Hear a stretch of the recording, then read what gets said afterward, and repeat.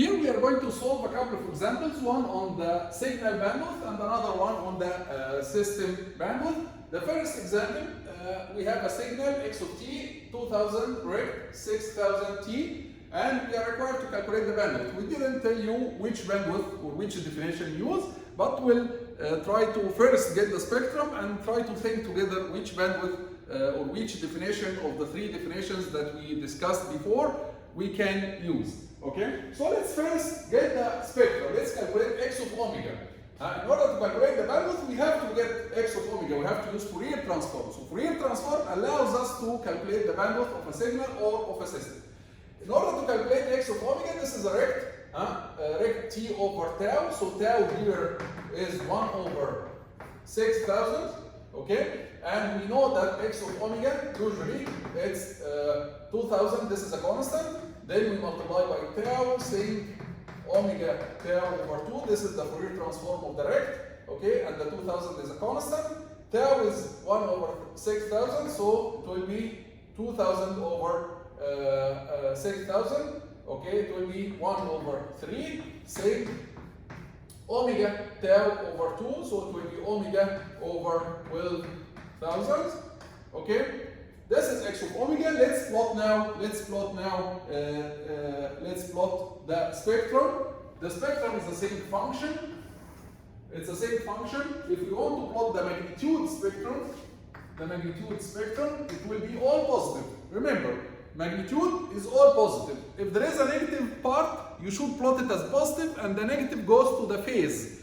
But here, when we calculate the bandwidth, as we said before in the previous video, we don't care about the phase, right? So we care only about the magnitude spectrum, and the magnitude spectrum must be all positive. So the same function, it should look like this. The same function should be all positive if we plot its magnitude spectrum. Okay? So this is our magnitude response of the same function. The magnitude or the maximum value of the sink will be 1 over 3. 1 over 3. Okay? What about the zeros? What about the zeros of the sink? The first zero, or the zeros of the sink in general, it occurs when the argument inside the sink is either plus or minus pi, plus or minus 2 pi, plus or minus 3 pi. Right? So the first zero will occur when the argument inside is pi or minus pi. The argument inside is pi or minus pi when omega is 12,000 pi or negative 12,000 pi.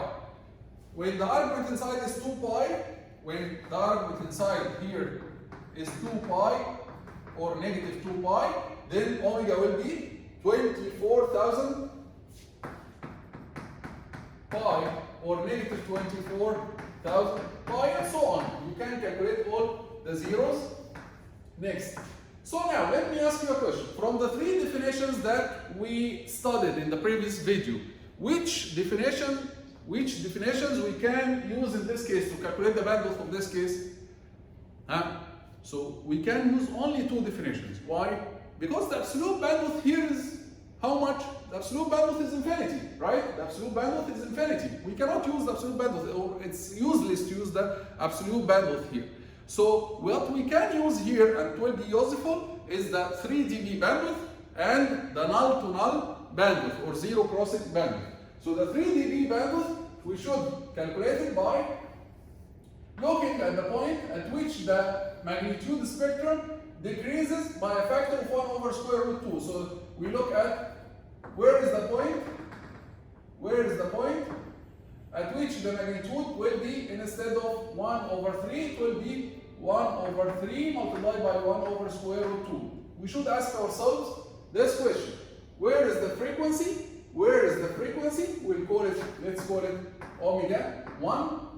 Where is the frequency at which the magnitude of the sink is reduced by a factor of square root 2? So we should ask ourselves, so here we are going to calculate the 3 dB bandwidth. We said that we can use the 3 dB bandwidth or the null to null. We are going to start with the 3 dB bandwidth. 3 dB bandwidth, we should ask ourselves, we have a same function.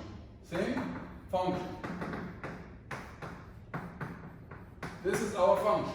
We should ask ourselves, where does this same function reaches the value of 1 over 3 multiplied by 1 over square root 2. At which frequency, and we are going to call the frequency at which this happens, we are going to call it omega 1. The frequency, omega, at which this function equals to 1 over 3 multiplied by 1 over square root 2, we are going to call it omega 1. And we are required now to find omega 1 from this equation.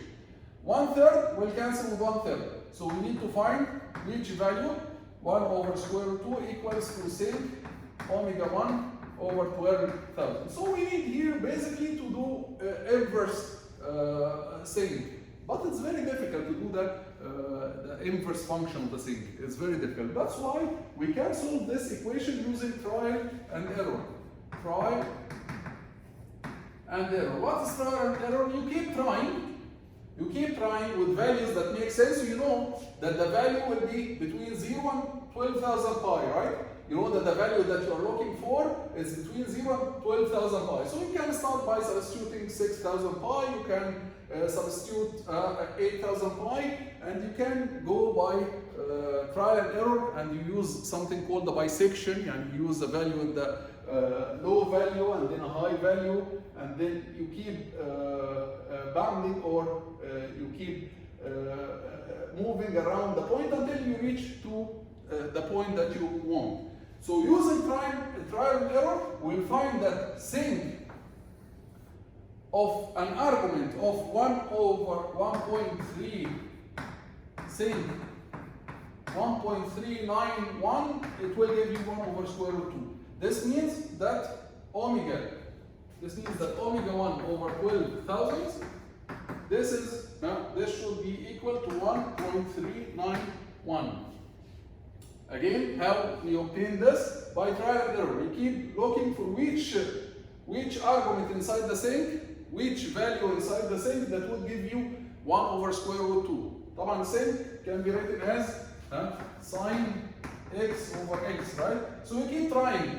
Wallah, if x is 12,000 pi, and 12,000 pi, this will give you 0.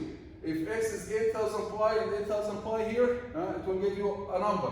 You keep trying until you find that the x that you are looking for, okay, the x that you are looking for is 1.39. I'm sorry, you will not try 12,000 pi here. You are going to try here between 0 and pi, because this is x, so you should try the values between 0 up to pi here. Because you know that the sec of x, if you call this x, sec of x, the value that you're looking for is between 0 and pi. X will be pi here. Omega is 12,000 pi. Okay? When x is pi, then omega will be 12,000 pi. So you keep searching between 0 and pi, you will reach that sec will be 1 over square root 2 when the value inside it is 1.391. Right. 1.391 and the value inside the sec is omega 1 over 12,000. This means that omega 1 can be calculated to be 16,692 radian per second. Now we calculated omega 1. I'm sorry if I confused you here, but anyways, you solve this equation using trial and error. You keep trying values until you reach to the value of omega 1 that satisfies this equation. Okay? You will find that it's 16,692 radian per second. Now we calculated omega 1. What is the bandwidth? What is the 3 dB bandwidth here?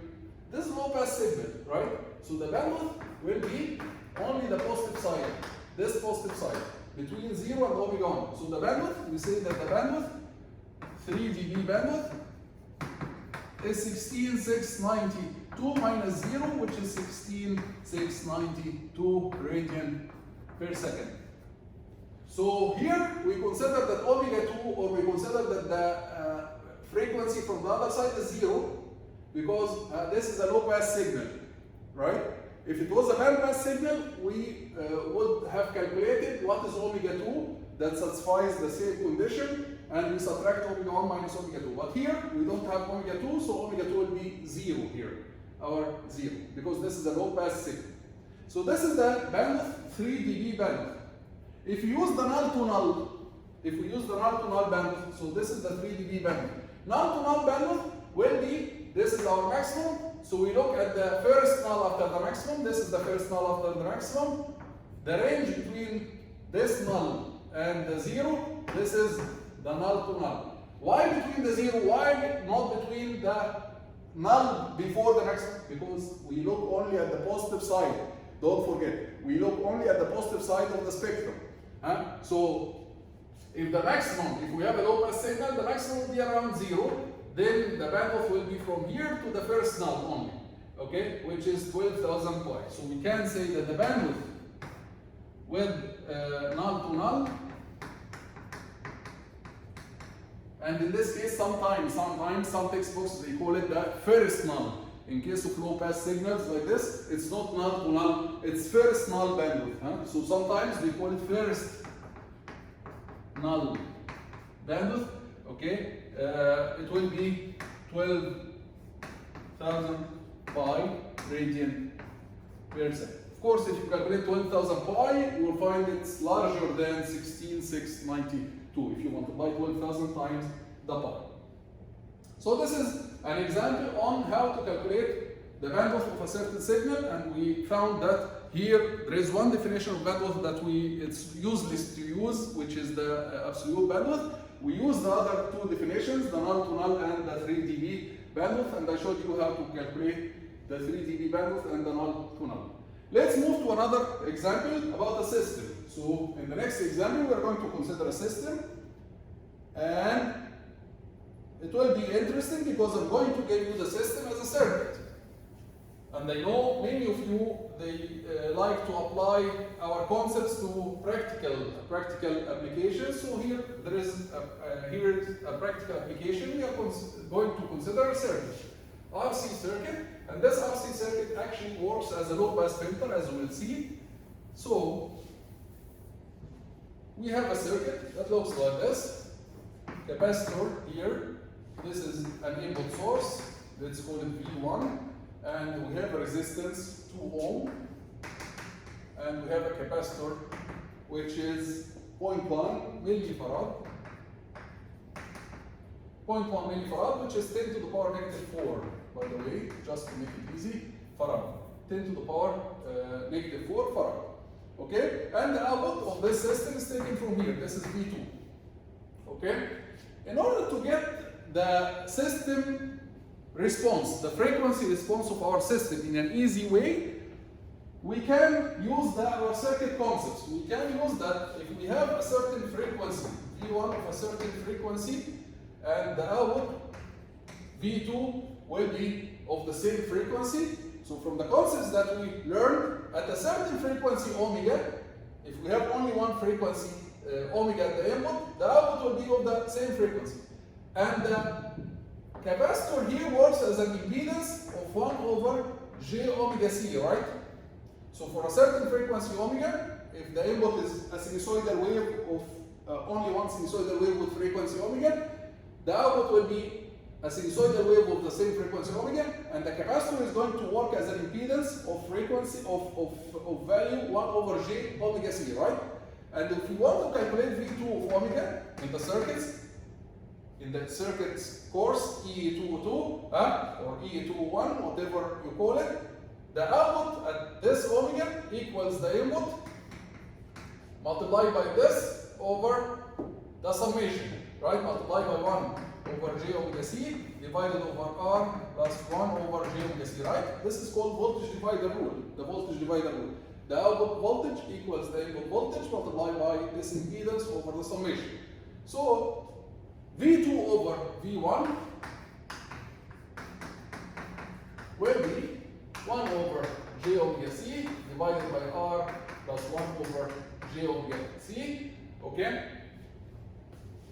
And then what's V2 of omega over V1 of omega? Who can tell me? What's the output of omega over the input of omega? This is exactly h of omega. This is the system response, right?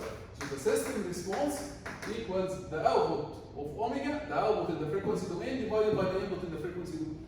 So h of omega equals V2 of omega over V1 of omega. So this is h of omega now. So h of omega can be written as 1 over, we can multiply j omega c down, 1 over 1 plus j omega c r. And then we can substitute the numbers for c and r. This will give us 1 over 1 plus j omega, and c multiplied by r, c multiplied by r is 2 multiplied by 10 to the power negative 4.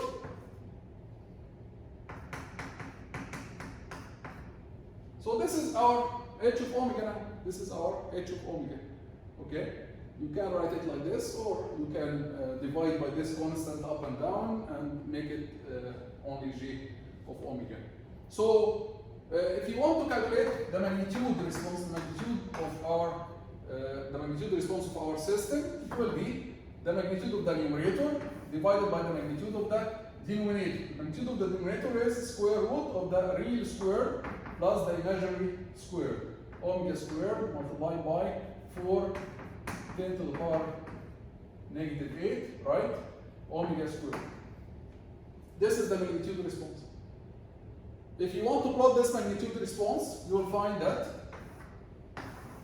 with omega, you'll find that it decreases as omega increases in the positive side or decreases in the negative side. Why? Because you are squaring omega. So whether omega increases positively or decreases in the negative side, the denominator is going to increase. It's going to be a big number. So 1 over a big number, it will decrease.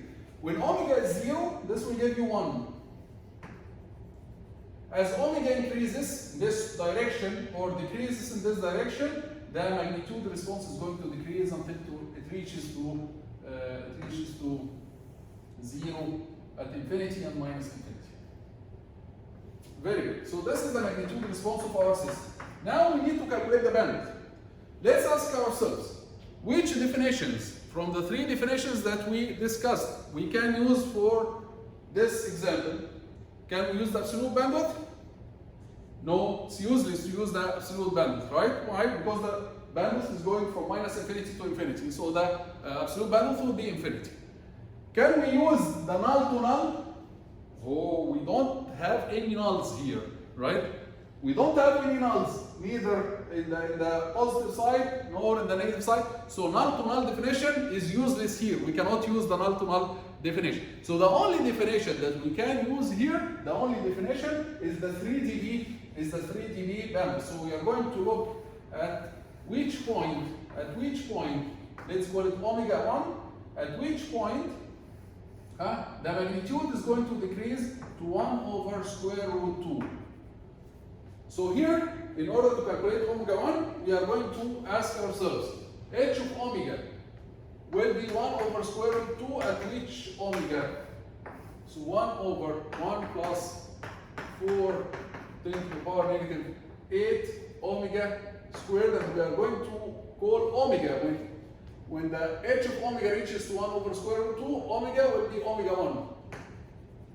And then we need to solve this equation in order to find omega 1. Be careful here, the maximum was 1, so we are looking for the point at which the magnitude is going to go to 1 over square root 2. So the magnitude will be 1 over square root 2 at frequency omega 1. And then we need to solve this equation, so you square both sides, it will be half equals 1 over 1 plus 4 10 to the power negative 8 omega 1 squared. Then you flip.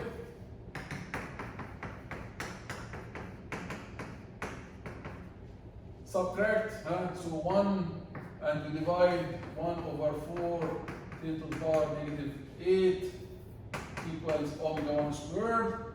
Then you take the square root, so the square root will be square root of omega 1, and square root of this will be half 10 to the power 4, which is 5,000 radian per second. So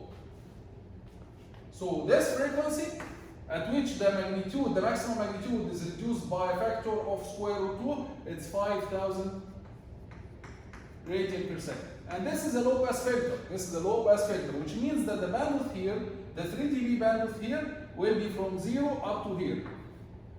We cannot take the other point because the other point is in the negative side. Okay? And we said that we only consider the positive side. Don't forget, because many people did one mistake here. they take the positive and the negative side. No, we consider only the positive side. So the positive, the bandwidth here will be from omega 1 up to 0. So the bandwidth here, 3 dB bandwidth will be 5,000 radian per second, and this is now the bandwidth of our circuit or our system. This is the bandwidth that our system or circuit allows to pass. And when we consider that this is a low pass filter, this is a practical low pass filter, we effectively saying that the filter, our filter is going to pass this frequency content with high amplitude, and then after that it will not allow frequencies to pass, or it will allow them to pass, but it will multiply them by a very low amplitude. So we can ignore the signals that will pass after this point. Okay, this is just effectively. So the signals after this point will be very small compared to the signal before this point. That's why we say that this is a low pass filter with 3 dB bandwidth of 5,000 radian per second. We'll stop here and see you in the next video.